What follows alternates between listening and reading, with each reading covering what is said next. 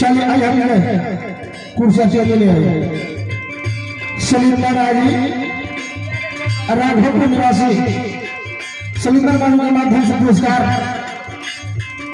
प्रणाम नमस्कार। सलीम बाबू के भगवान से प्रार्थना बाकी सलीम बाबू के अमदानी धाका धार पर कच्चा कच्चा भोजन वाला कहां बोलो गरीब का करके लेके जाओ अब तो हेरा हो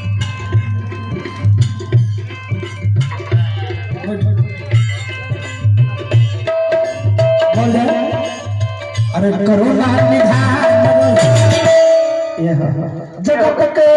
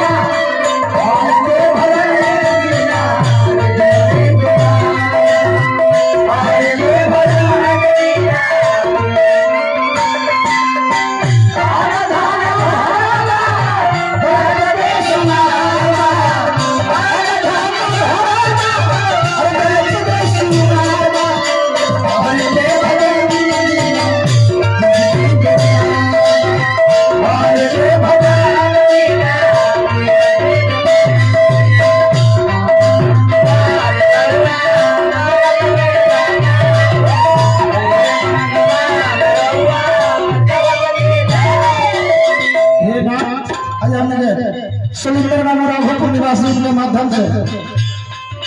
रामचंद्र जी के सीता जी के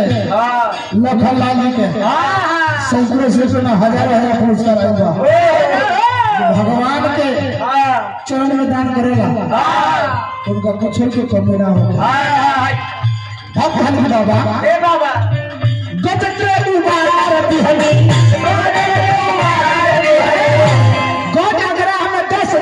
सोनपुर में युद्ध भई जब भगवान गल जब सोचने के हमर जान ना बच गरा से तब दोनों अगला हाथ उठ गोरवा के उठा दे कहे कन्हैया अरे बच के उबार बिहार गरह के मार दे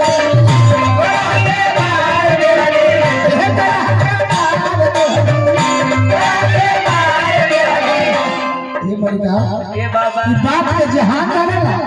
जानेला जहान जगत के दाता है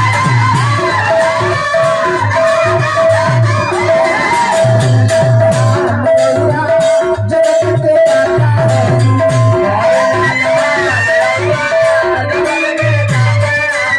और क्या ध्यान दो कर्म के देवी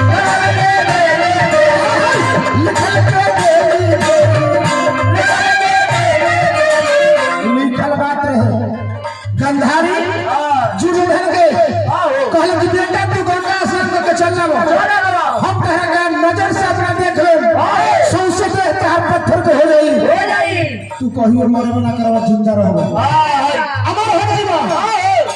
जब नाक मातारी के सिर में जुड़े धर चली गई गंगा जी में स्नान करे अमित कुमार जी सोरी में पुरस्कार दिलवानी अमित बाबू के हार्दिक हार्दिक वंदन भगवान के भैया सब का याद करोड़ी के छत दुर्योधन गइले सरोवर में स्नान कइले और जैसे ही स्नान करके निकल भैया तैसे ही भगवान के भैया सोचले कि यदि एकर सबसे सही पत्थर के हो जाई त दुर्योधन मरई है ना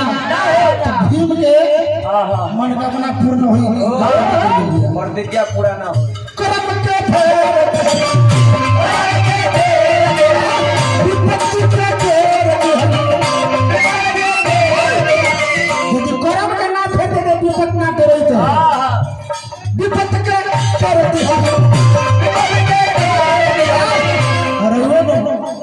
लगावटा के बदला